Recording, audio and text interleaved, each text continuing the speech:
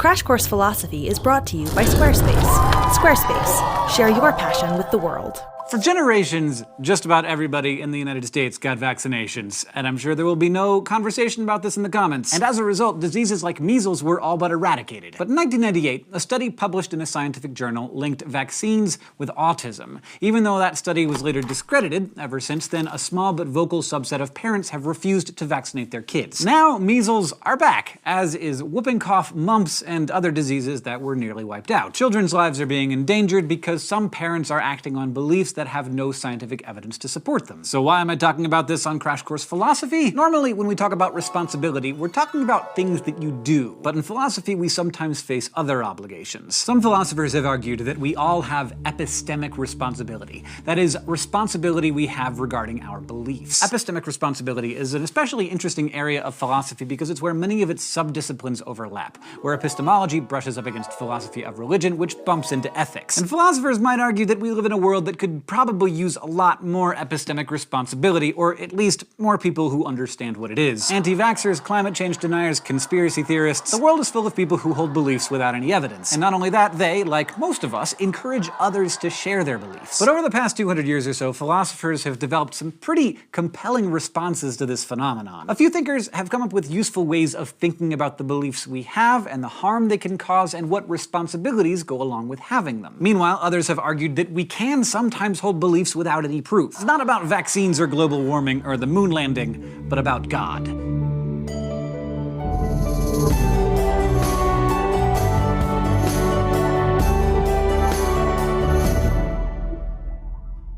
W.K. Clifford lived in England in the mid-1800s, where the only vaccine that existed was for smallpox, and even that earned its share of scorn and ridicule at the time. But Clifford, who was both a mathematician and a philosopher, would probably have some very strong opinions about today's anti-vaxxers. Because Clifford was one of the leading proponents of epistemic responsibility of his time, he most famously and bluntly put it this way: "It is wrong always and everywhere for anyone to believe anything upon insufficient evidence." And instead of using vaccinations as an example, Clifford told the story of a ship owner. He said, suppose there was a guy who owned a ship that he knew was old and decrepit and hadn't been inspected in a long time. That ship was scheduled to make a transatlantic voyage, and the owner worried that it might not make it. But overhauling the ship would be pricey and time-consuming. In time, the owner talked himself into believing that the ship was seaworthy. The ship set sail, then it sank, and hundreds of people drowned. But the owner, he collected insurance money from his loss, and no one blamed him for the tragedy. Now, most people would agree that the ship owner was responsible for the deaths of the ship's passengers, but Clifford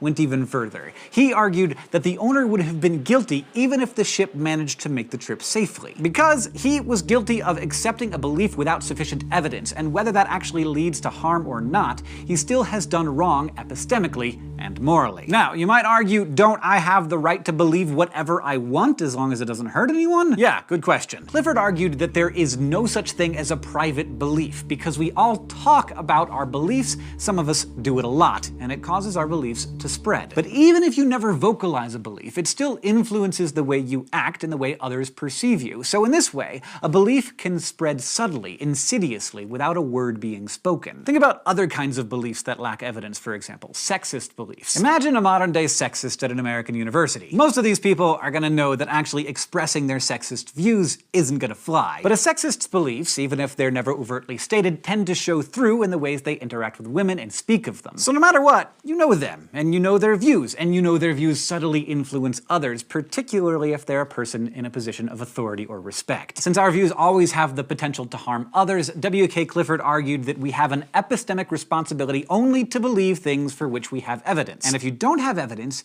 you are morally obligated to refrain from the belief. Basically, you should withhold judgment until you investigate the situation. Let's head over to the thought bubble to explore this more with some flash philosophy. It's Tuesday, and your teacher tells you that this week there will be a pop quiz. And she's nice enough to even define for you what she means by this. A pop quiz, she says, is a quiz that you can't know is coming in advance. You reason, however, that such a quiz is impossible, so you never study for it. Here's your reasoning. The quiz can't be on Friday, because if Wednesday and Thursday go by with no quiz, then you would know that it was coming on Friday, since that would be the last possible day. So Friday's out. But that means that it can't be on Thursday either, because by the end of class on Wednesday, you would know that the quiz would be happening on the next day. But since it can't be happening happening on Thursday or Friday, it also can't be on Wednesday because that's the only day left, so you would know in advance that it was coming. Now, any amount of rationalization that will convince you that you don't have to study might sound pretty sweet, but in this case, you're probably gonna regret it, because after all, if your teacher tells you that there's gonna be a quiz, chances are there is going to be a quiz. The fact that you've constructed a brilliant mind game that proves that it won't isn't going to make that quiz not happen. So beliefs about vaccines and shipworthiness may be irresponsible because of the danger they pose to others, but this case demonstrates that irresponsible beliefs can be damaging to you as well. Thanks, Thought Bubble. Clifford made a pretty convincing case for epistemic responsibility, and it's worth pointing out that his beef wasn't only with ship owners or kids who didn't study. One thing his arguments were meant to show is that religious belief is epistemically irresponsible. Belief in a God whose existence can't be proven was simply blind faith, he said. And blind faith leads a person to ignore other facts and arguments, causing them to live an unexamined, unthoughtful life that Clifford described as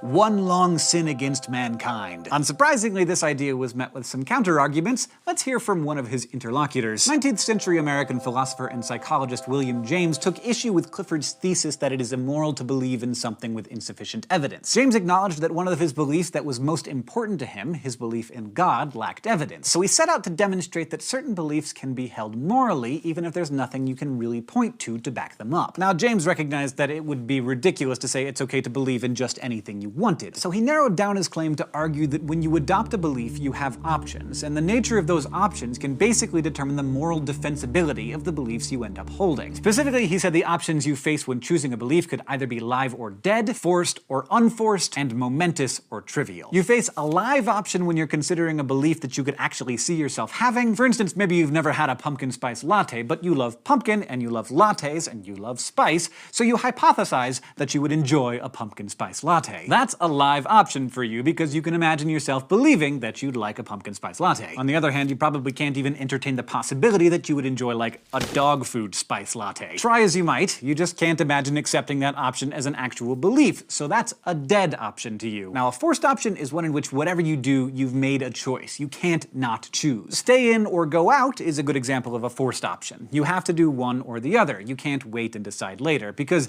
as you wait to decide, you have stayed in, and thus you have made your choice. But unforced options are those where you can just opt out of choosing. If I let you pick peanut butter or ham and cheese, you can always just decide to have neither. So your choice is an unforced option. A momentous option is one that, if you choose it, stands the chance of radically changing your life for the better. Accepting an opportunity to go to the International Space Station, for example, could be momentous. But the option to have French fries with your burger could be trivial. Eat them, don't eat them, either way, not gonna make a huge difference in your life. Now, James said that if you're considering whether to believe something for which there's not sufficient evidence, it's permissible to still believe it so long as it is a live, forced, and momentous option. And religious belief just happens to fill all of those criteria. First, James said believing in God is a live option for himself and a whole lot of other people. He also argued that religious belief is a forced option. That's because he didn't buy the idea that agnosticism was really a thing. He figured that withholding judgment is the same as not believing, so you either believe in God or you don't. Finally, James thought religious belief is momentous. It has the possibility to greatly improve your life. So he concluded that we are justified in believing in God in the absence of evidence through faith alone. The problem is, if we're justified in believing in God in the absence of evidence, then we're also justified in believing that it's okay to not vaccinate our kids, because that, too, is an option that can be described as live, forced, and momentous. So unfortunately, philosophy can't just make all of the baseless beliefs in the world go away, but it can help you argue against those ideas intelligently. Today, we've learned about epistemic responsibility. Clifford says that it is always wrong to believe without sufficient evidence, but James says there are some exceptions, namely religious belief. Next time, we will consider whether we can gamble our way to a belief in God. Stay tuned. This episode is brought to you by Squarespace. Squarespace helps to create websites, blogs, or online stores for you and for your ideas. Websites look professionally designed regardless of skill level, no coding required. Try Squarespace at squarespace.com/crashcourse for a special offer. Squarespace. Share your passion with the world. Crash Course Philosophy is produced in association with PBS Digital Studios. You can head over to their channel to check out amazing shows like Braincraft, PBS Game Show, and Gross Science. This episode of Crash Course was filmed in the Dr. Cheryl C. Kinney Crash Course studio with the help of all of these awesome people, and our equally fantastic graphics team is Thought Cafe.